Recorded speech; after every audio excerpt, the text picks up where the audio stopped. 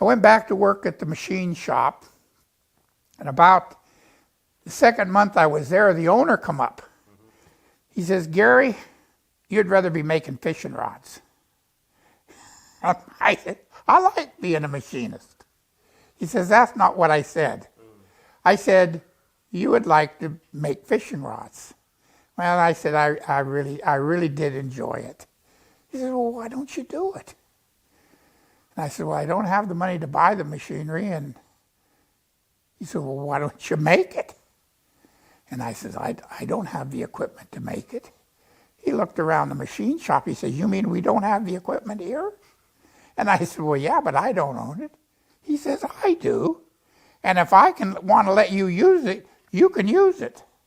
So the first set of equipment I made at the machine shop. That's how good of a boss I had. He was wonderful. So anyway, we started G.Loomis. Well, about this time, out comes a new material, and it increased. In those days, it was very hard. It was easy to increase the modulus, but it was hard to increase the modulus and the strain rate at the same time.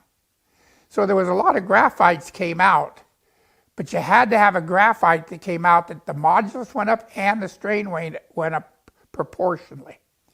That way I could take a fishing rod, and let's just say that they both went up 20%.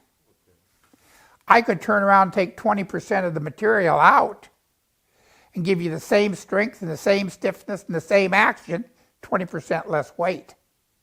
Weight is a deterrent to performance. So I was the one in the whole industry that always looking for that next material. Anyway, a company that started the graphite, Cortal Company from England, they came over, and I was working mostly with Hercules in those days, because Hercules made the AS4 and then the IM6. And so I was buying mostly from them, and they was kind of the top people in the industry for making new, better materials.